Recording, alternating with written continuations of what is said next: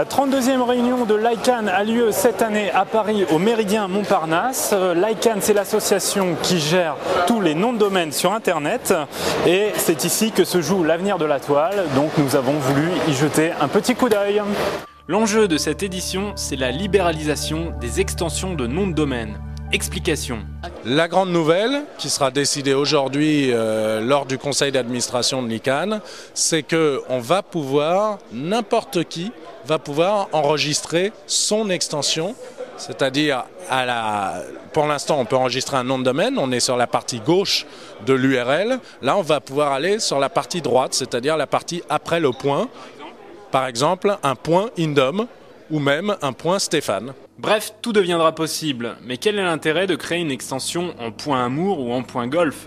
L'internaute va pouvoir, si les nouvelles extensions correspondent à de vrais besoins, trouver de manière de plus en plus intuitive les contenus qu'il recherche sur Internet. Imaginons par exemple que l'on crée un point banque, les internautes auront tendance à rechercher le site de leur banque sous cette extension plutôt que sous .com par exemple. L'objectif est aussi d'internationaliser le nommage sur Internet, qui pour l'instant se cantonne à l'alphabet latin.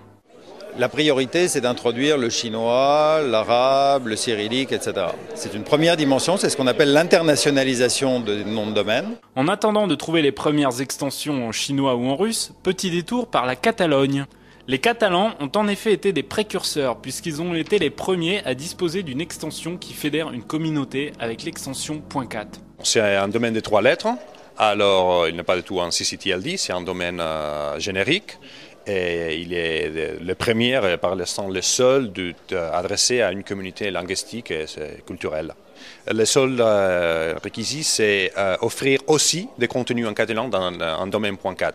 Mais attention, avoir sa propre extension est un luxe qui n'est pas donné à tout le monde.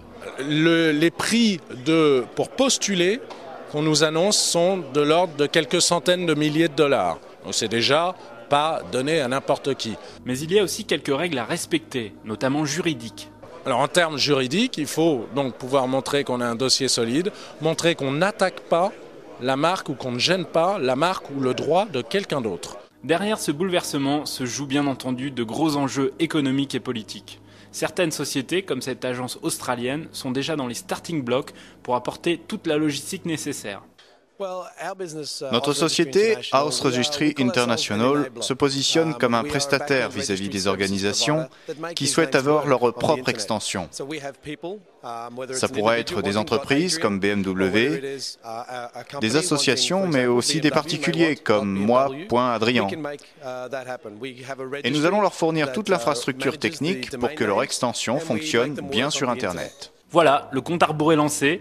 La validation des premières extensions par l'ICANN commencera en 2009.